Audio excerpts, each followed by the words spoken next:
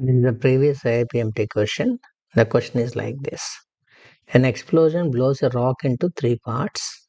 Two parts goes off right angles to each other. One cage moves 12 meter per second. 2 kilogram moves with 8 meter per second. If the third flies off with 4 meter per second, what shall be its mass is, right? Let's try to understand what he's saying. There is a heavy mass whose mass is not known for you, but is initially in the state of rest. It is divided into three pieces.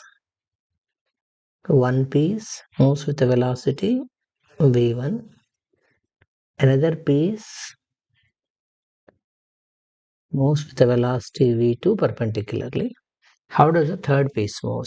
First of all, as no external force is acting, momentum is conserved.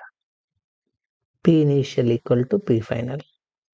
Though initial mass is not known, it is given that it is initially in the state of rest. So its initial velocity equal to 0. So initial momentum equal to 0. Divided into three pieces. P1 bar, P2 bar plus P3 bar. P1 and P2 are perpendicular to each other. So I can say P3 bar equal to minus of P1 bar plus P2 bar. So as P1 and P2 is perpendicular to each other,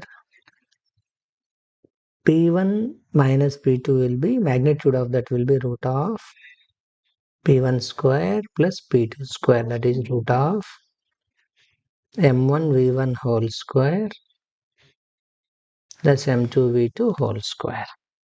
So how much is that? M1 is 1, V1 is 12 whole square, M2 is 2, V2 is 8 whole square. That is root of 12 square 144, 16 square is 164.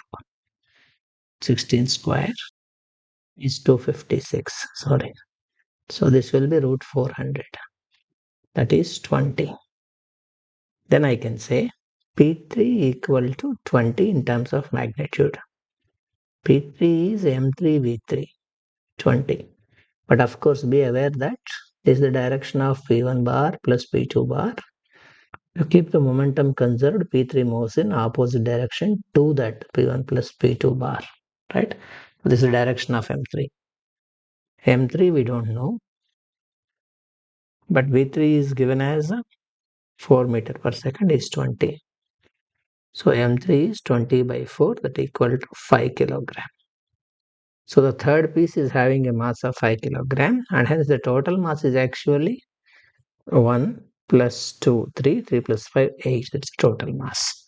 He wants the mass of the third piece, so it must be 5 kilogram. That's how we solve the problem. And here we have used conservation of linear momentum, that when no external force is acting, momentum is constant. When two pieces moves perpendicular to each other, the resultant will be somewhere in between them. The third piece obviously move opposite to that resultant. This resultant is like this, to that this moves in opposite direction. So 5 kilogram actually moves with 4 meter per second in this direction.